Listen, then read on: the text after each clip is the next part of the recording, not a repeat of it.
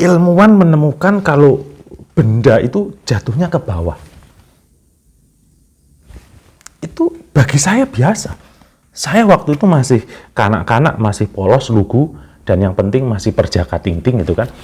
Itu kecil, namanya sejak kecil namanya jatuh pasti ke bawah. Saya merasa saya itu lebih ilmuwan daripada ilmuwan gitu. Kenapa? Karena saya menemukan ternyata yang terpenting dari benda jatuh dari atas ke bawah adalah suaranya. Suaranya.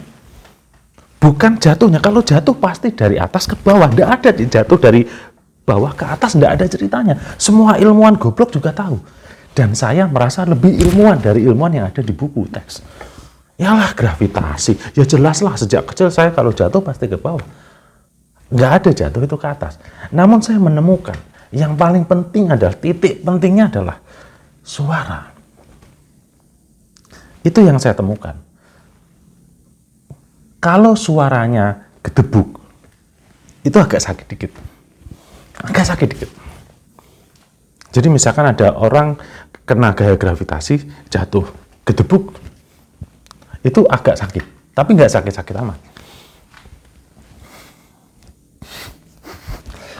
Sakit tapi nggak sakit-sakit amat. Tapi kalau orang jatuh karena gaya gravitasi, gedebuk, lalu teriak, itu sakit banget gitu. Itu penemuan dari saya. Gitu. Ternyata suara itu menentukan kadar kesakitan karena gaya gravitasi. Itu belum saya patenkan loh, itu belum saya patenkan. Jadi teman-teman profesor PhD yang ingin mematenkan, izin dulu sama saya. Ternyata suara jatuh itu menentukan betapa sakitnya gitu. Jadi kalau cuma gedebuk doang, yang jatuh diam berarti nggak sakit. Tapi kalau gedebuk lalu teriak, au, au, au, sakit itu. Gitu. Itu penemunya saya. Jadi kalau ada ilmuwan yang mematenkan itu, izin dulu sama saya. Saya merasa saya ilmuwan.